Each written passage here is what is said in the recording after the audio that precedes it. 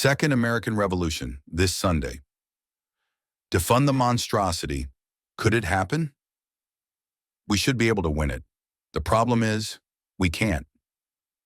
This Sunday, September 29th, 2024, the overgrown, overbearing, oppressive U.S. federal government is expiring. Almost the whole monstrous thing will die. Its life, blood cut off, if the battle to save it isn't won. Unfortunately for America, that battle will be won by the politicians and government regulators. But if, instead, we, the American people, could win, a second American Revolution would be won. Here's how it works.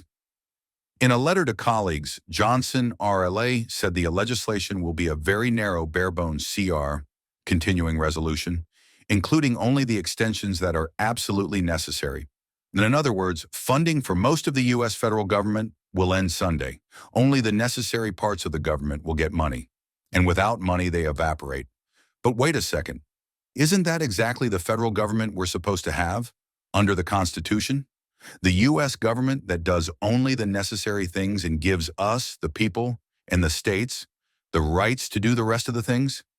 To live our lives without the U.S. federal government controlling us. That was how the Federalists sold the idea of the Constitution to the American public in 1788. The government was supposed to do two jobs and only two jobs. One, the minimum necessary for a national government to do. Two, protect the people from the government doing anything more than that, i.e., ensure the rights of individual Americans in relation to the federal government. We know what happened instead, and this Sunday, the U.S. House of Representatives has the power to correct that, to erase 235 years of U.S. federal government control creep, to let the bad, unconstitutional parts of the federal government die. Government control creep. In those 235 years since the ratification of the Constitution, the U.S. federal government regulators gradually seized more and more power to do more and more things that they weren't supposed to do, and they left us, the people, with less and less rights. H.L. Mencken put it this way in 1926, quote, "Government has now gone far beyond anything ever dreamed of in Jefferson's day.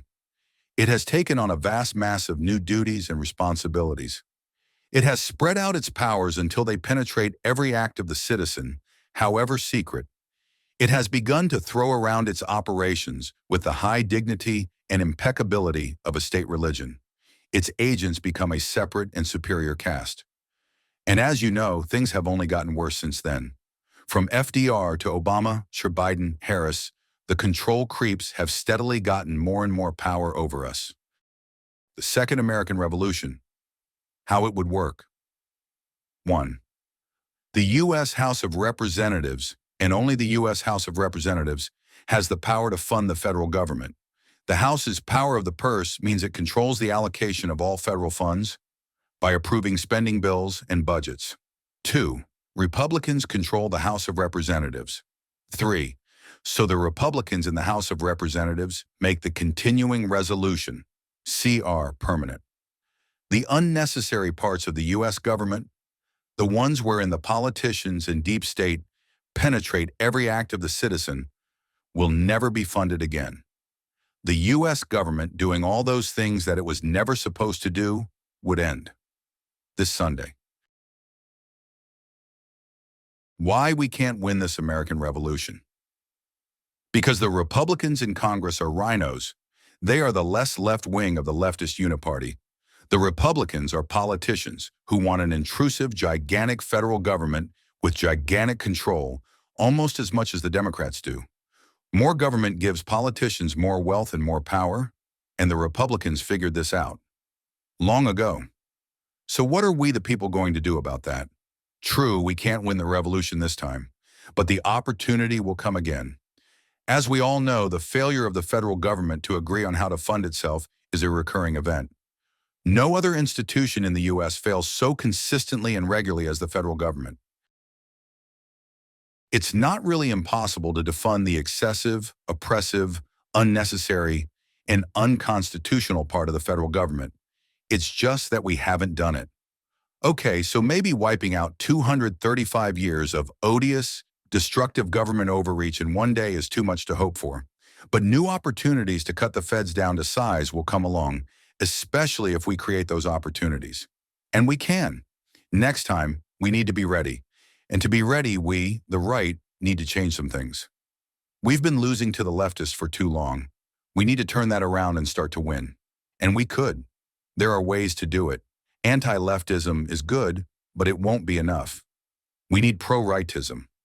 We all think we know how freedom works, but maybe we don't know as much as we think we do. Leftists have succeeded in erasing much of the truth about freedom from the American mind. We will need to know and embrace the truth of the freedom system and how it really works. To someday soon see a new sun of freedom rise over America, we first need a new vision of freedom. Thank you for your interest in rightful freedom. Please help us grow by liking and subscribing and commenting. We would love your feedback and see more content at our website, rightfulfreedom.com.